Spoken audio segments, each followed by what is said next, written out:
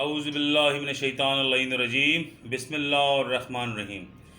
یا صاحب الزماں ادرکنی، یا فاطمہ سلام اللہ علیہ مدد کرے ہم سب کی۔ علامہ صاحب کے کچھ تحفظات تھے۔ علامہ قرۃ العین عابدی صاحب یہ ہماری KTF NGO کے سرپرست اعلیٰ ہیں، ان کے کچھ تحفظات تھے، ہم نے وہ دور کر دیے۔ اس کے بعد علامہ صاحب آئے ہیں اور ہمارے مذاکرات علامہ صاحب سے شروع ہو گئے ہیں۔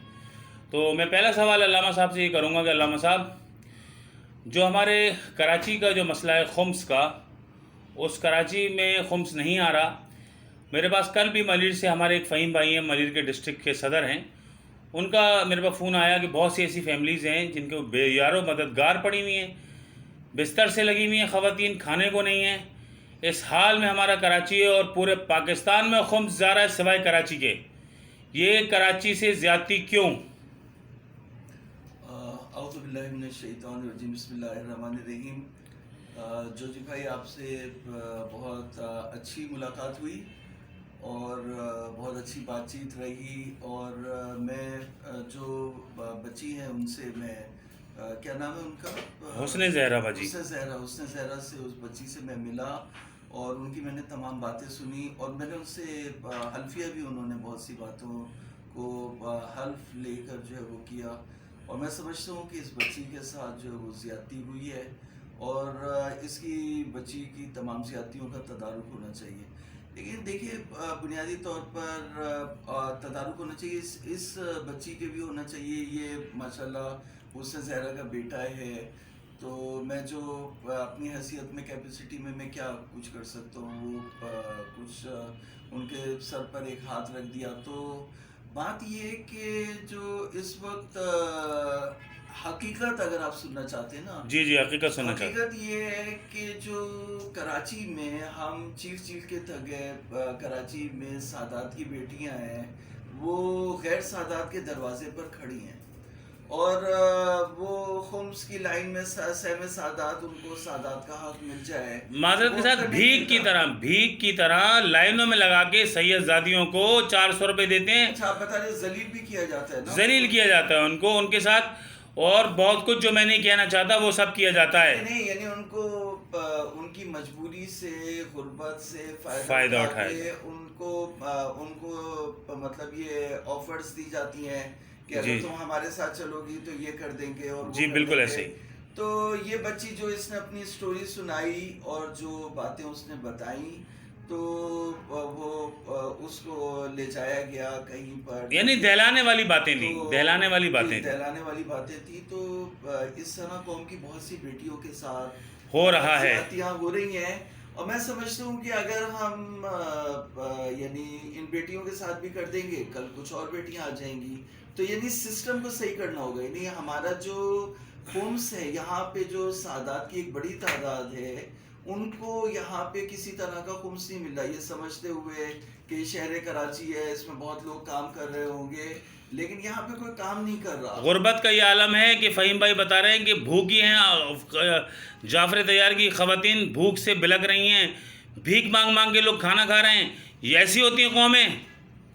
تو یہ تو بہت ہی افسوس کی بات ہے۔ تو بہرحال میں نے علماء سے رابطہ کیا تھا، اور ہائر لیول کے جو علماء ہیں وہاں تک بھی ہم اپنی بات کو پہنچائیں گے، اور پہنچائیں گے یا پہنچا دیا آپ نے؟ جی کچھ پہنچائیے اور کچھ پہنچائیں گے۔ کہ وہاں سے کیا جواب دے رہے ہیں آپ کو وہ؟ یعنی انہوں نے ہمیں یقین دہانی کرائی ہے کہ اس بچی کے ساتھ، ہمیں اس بچی کے نہیں، اس بچی کا نہیں، ہمیں تمام ملت کی بچیوں کا، اس بچی کو، یہ تو میری بیٹی ہے، میں نے یہ میری بیٹی ہے، میرے ساتھ رہے گی، مجھے اس کے لیے کچھ نہیں چاہیے، اللہ کا دیا میرے پاس سب کچھ ہے، مجھے ملت کی ہر بیٹی کے لیے چاہیے، خاص طور پہ کراچی کی۔ جی میں یہ کہنا چاہوں گا کہ کم سے کم یہ ہونا چاہیے کہ ایک یعنی علاقے میں جو ہماری بیٹیاں ہیں ان کے لیے ایک انڈسٹریل ہوم بنا دیا جائے، ایک انڈسٹریل ہوم، اور وہ انڈسٹریل ہوم جو ہے وہ اس میں ہماری بچیاں، ان کو روزگار ملے۔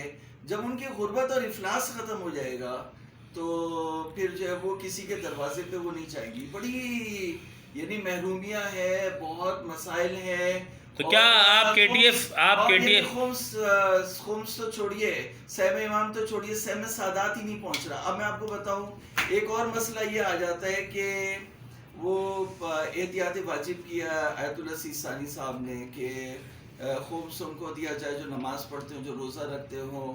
اب وہ ایک اور چیز مل جاتی ہے وہ سادات سے، ہاں بھائی تم نماز پڑھتے ہو، تم داڑھی منڈے ہو، نماز نہیں پڑھتے، جاؤ تمہیں خمس نہیں ملے گا. تو وہاں پہ بھی میں نے ان کو آگے بہدینی سے بات ہو رہی تھی تو میں نے ان کو کہا تھا کہ دیکھیے ایسا کچھ نہیں ہے. انہوں نے احتیاط واجب کی ہے لیکن یہ تو نہیں ہے کہ رسول اللہ صلی اللہ علیہ وسلم کی اولاد ان کی نسل اگر نماز نہیں پڑھے تو بھوکی مرے کیا. یہ اللہ کے رسول کبھی بھی اس پہ راضی نہیں ہو سکتے اور نہ ہی ایسا کوئی فتویٰ ہے، نہ احتیاطاً یہ بات کہی ہے. تو احتیاط جو ہے وہ فتویٰ نہیں ہوتی. تو نہیں قبلہ میں تو امام زمانہ سے میں نے شکایت کی ہے کہ امام مہدی آخر زمان سے کہ امام مدد کریں عورتوں کی. ہمارا جو پیسہ ہے نا معذرت کے ساتھ یہ ایران چلا جاتا ہے یا نجف چلا جاتا ہے. بہت سے لوگ جو ہے وہ نجف کیوں چلا جاتا ہے؟ ایران اور نجف کو پیسے کی کمی ہے. ایران کو ایران میں دے دیتے ہیں، ہاسپٹل بھی وہی بن رہا ہے، اسکول بھی وہی بن رہا ہے. پھر یا مطلب شمالی علاقہ جات پارا چنار وغیرہ چلا جاتا ہے کہ شہر میں بہت کام ہو رہا ہے.